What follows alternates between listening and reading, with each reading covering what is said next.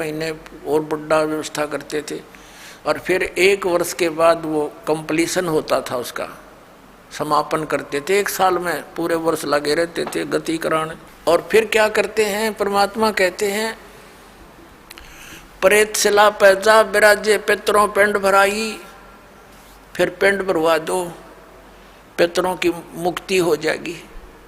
और परमात्मा क्या कहते हैं, जीवित बाप के लट्ठम लट्ठा हर मुए गंग पुचैया। और जब आया आसोज का महीना, कौआ बाप बनैया रे बोली सी दुनिया। अब फिर आगे श्राद्ध के समय आसोज का महीना, तो जिस तिथि को कोई घर का सदस्य मृत्यु को प्राप्त होता है तो हमारे धर्म गुरु वो तिथि नोट कर लेते हैं। आसोज के महीने में अमावस्या से लेकर पूर्णमासी तक उस किसी भी तिथि को मृत्यु होती है तो उस दिन विशेष कार्यक्रम करते हैं, श्राद्ध निकालते हैं। और सबसे पहले क्या करते हैं, वो बना कर भोजन ऊपर रखते हैं छत पे, और उसी समय कौवे आकर खा जाते हैं। तो वो क्या कहते हैं हमारे धर्मगुरु, देखो भोग लग गए तेरे पिताजी, हो सकता कौआ बन रहे हो। अरे भले आदमियों, गति करान लागे थे, कौआ बना के छोड़ दिया। ये है इनके साधन। अब परमात्मा कहते हैं प्रेत शिला पैजा विराजे पितरों पिंड भराई। और बहुत श्राद्ध खान को आए, काग बने कलमाही। आगे क्या बताते हैं, जय सतगुरु की संगत करते सकल कर्म कट जाई। अमरपुरी पर आसन होते हैं जहां धूप ना छाई। अब क्या बताते हैं, जय सतगुरु की संगत करते सतगुरु मिल जाते तो ये सारे कर्मों तो पीछा छूट जाता, ना श्राद्ध निकालने, ना भूत बनना, ना कौवे और पशु की योनियों में जाना। और फिर क्या होता, अमरपुरी पर, अमरपुरी जिस स्थान का कभी नाश ना हो, सतलोक सनातन परम धाम की प्राप्ति हो जा, जब सतगुरु मिल जाते और ये झंझट मिट जा सारे। और ये हमारे गुरु जी धर्म गुरु ने कहा श्राद्ध तो अवश्य निकालना चाहिए। इन्हें तो हमारे कर्म बिगड़वाने का ठेका ले रखा था। पुण्यात्माओं, पवित्र हिंदू धर्म के जो सदग्रंथ हैं, पवित्र 4 वेद और पवित्र श्रीमद् भगवद गीता, और 5वां वेद जो परमात्मा कबीर जी की वाणी जो उनके मुख कमल से बोला गया, उसमें कंप्लीट ज्ञान है, सभी सदग्रंथों का सारांश है। वो तो इनके हाथ नहीं लगा क्योंकि संस्कृत के ज्ञाताओं ने वो तो रिजेक्ट कर रखा था। कबीर साहब की वाणी तो एक अशिक्षित की वाणी है, इस करके वो हमारे तक नहीं आने दिया। तो इनमें जो पुराण हैं, ये पुराण क्या चीज है, गीता और वेद, 4 वेदों का सारांश श्रीमद् भगवत गीता। लेकिन श्रीमद् भगवत गीता में कुछ अटकल युद्ध कराने के लिए इस काल भगवान ने लगाई है, वो अलग से दिखाई देती है। और जो वेदों से मेल खाता वो गीता जी का ज्ञान खरा है, बिल्कुल सत्य है। तो हमने, क्योंकि वो वेद ज्ञान गॉड गिवन है, परमात्मा का दिया हुआ है, तो हमने परमात्मा के आदेश का पालन करना है। और पुराण क्या है, ये ब्रह्मा जी द्वारा दिया गया ज्ञान, ब्रह्मा जी से सुना, फिर कुछ अन्य ऋषियों ने किसी और से सुना हुआ ज्ञान, वो सब खिचड़ी बना के पुराण बना दी। अब वेदों में इन श्राद्ध आदि कर्म कांड का निषेध है, और गीता जी में निषेध 9वें अध्याय के 25वें श्लोक में स्पष्ट किया है, भूत पूजने वाले भूत बनेंगे। ये देखिएगा श्रीमद् भगवत गीता, गीता प्रेस गोरखपुर से प्रकाशित है, जयदयाल गोविंद का इसके अनुवादक है। ये है अध्याय नंबर 9 श्रीमद् भगवत गीता, श्लोक नंबर 25। देवताओं को पूजने वाले देवताओं को प्राप्त होंगे, पितरों को पूजने वाले पितरों को प्राप्त होते हैं, और भूतों को पूजने वाले भूतों को प्राप्त होते हैं, और मेरा पूजन करने वाले मुझको ही प्राप्त होते हैं। अब ये श्राद्ध कितना आगे फिर अब आपको दिखाते हैं झलक पुराणों में क्या लिखा है। एक मार्कंडे पुराण है। एक रुचि नाम के ब्राह्मण थे, ऋषि, और उसने वेदों को समझा पढ़ा कि मनुष्य जीवन ये ज्ञानी आत्मा थे कि मनुष्य जीवन केवल मोक्ष प्राप्ति के लिए प्राप्त होता है।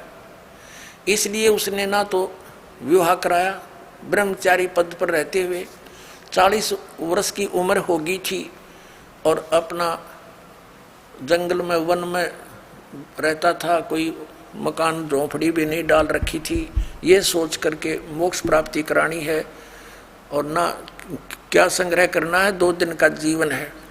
अब वो वेदों अनुसार साधना कर रहा था रुचि ऋषि, और उसके जो पिताजी, दादाजी, परदादाजी, चौथा दादाजी वो मर चुके थे, वह भूत बन रहे थे और वह भी ऋषि थे, ब्राह्मण थे।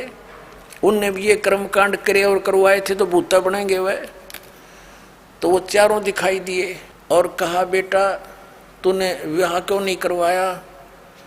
विवाह करवा के तुम हमारा श्राद्ध करता हैं और हमारी गति हो जाती।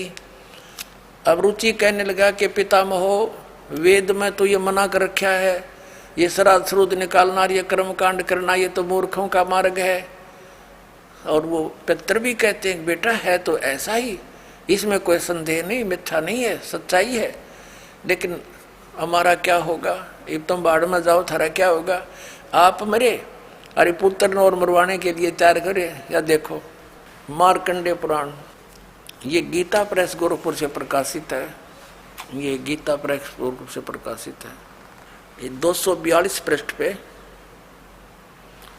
संक्षिप्त मार्कंडेय पुराण, रोच्य मुनि की उत्पत्ति कथा। मार्कंडेय जी कहते हैं कि ब्राह्मण, पूर्व काल की बात है, प्रजापति रुचि ममता और अहंकार से रहित इस पृथ्वी पर विचरते थे।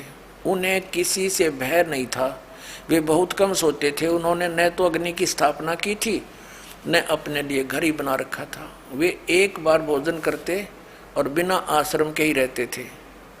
उन्हें सब प्रकार की आसक्तियों से रहित एवं मुनिवर्ती में रहते देख उनके पितरों ने उनसे कहा, ये देखिए चारों आगे भूत बन रहे, ये देखो ये रुचि ऋषि है, ये इनके पहले बने हुए वो पंडित जी सारे भूत पूज का भूत बन गए। अब ये दिख गए इसने सारे इकट्ठे।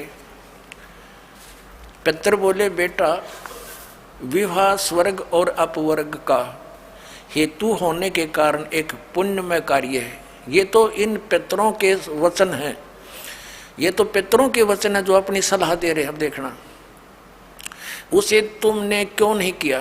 ग्रस्त पुरुष समस्त देवताओं, पितरों, ऋषियों और अतिथियों की पूजा करके पुण्यमय लोकों को प्राप्त करता है। वह सभा के उच्चारण से देवताओं को,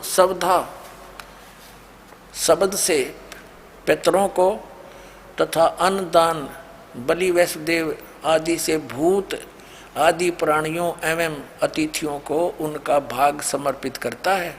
बेटा, हम ऐसा मानते हैं कि गृहस्थ आश्रम को स्वीकार न करने पर तुम्हें इस जीवन में क्लेश पर क्लेश उठाना पड़ेगा तथा मृत्यु के बाद और दूसरे जन्म में भी क्लेश ही भोगना पड़ेगा। रुचि ने कहा, पितरगण, परिग्रह मात्र ही अत्यंत दुख एवं पाप का कारण होता है तथा उसे मनुष्य की अधोगति होती है, उससे मनुष्य की अधोगति होती है। यही सोचकर मैंने पहले सित्री संग्रह नहीं किया। अब यहाँ देखो, पितर बोले, बेटा जितेंद्रिय होकर आत्मा का प्रक्षालन करना उचित है, किंतु तुम जिस मार्ग पर चल रहे हो वह मोक्ष मार्ग है। बता, इसने तो घटिया मान रहे मोक्ष मार्ग ने कि तुम जो कर्म कर रहे हो, जिस मार्ग पर चले तो मोक्ष मार्ग है। अरे हम बतावांगे पितृवृंद का मार्ग। देखिए, रुचि ने पूछा, पितामहो, वेद में कर्म मार्ग को अविद्या कहा गया है, जो तुम सलाह दे रहे हो वो कर्म कांड, श्राद्ध श्रुद्ध निकालना, पितृ पूजना, वो तो मूर्खों का सलाह कही है। फिर क्यों आप लोग मुझे उस मार्ग में लगाते हैं? पितर भी कहते हैं। पितर बोले, यह सत्य है कि कर्म को अविद्या ही कहा गया है, इसमें तनिक भी मिथ्या नहीं। फिर थारा सिर बच गया, फिर क्या रह गया? बता भाई, ये हमारे पुराणों में लिखा है।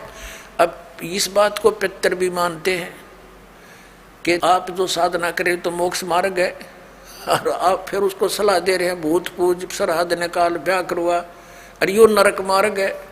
और आप भी मानते हैं कि आप जो मार्ग अपना रहे हो तो मोक्ष मार्ग है। और रुचि कहता है वेद के अंदर तो इसको अविद्या मूर्खों की साधना बताई है, तो पितर भूत पूजना श्राद्ध निकालना, और पितर स्वीकार भी कर रहे हैं, कहा ऐसा ही है, इसमें कोई मिथ्या नहीं। फिर ये बकवाद गट रखी अगर मुगरुम ऐसा कर लो, पितर ऐसा कर देते हैं, पितर पुत्र दे देते हैं, टट्टू दे देते हैं, आपा भूखे मरे बतावे, हम मूर्ख बना रखा। एक थोड़ी सी झलक दिखाते हैं आपको इसी मार्कंडे पुराण में। इन कहाँ से ले रखे ये श्राद्धा के सिलसिले। एक मंदालसा नाम की औरत थी, उसने अपने पुत्र को शिक्षा दी और वह ये ले रहे हैं।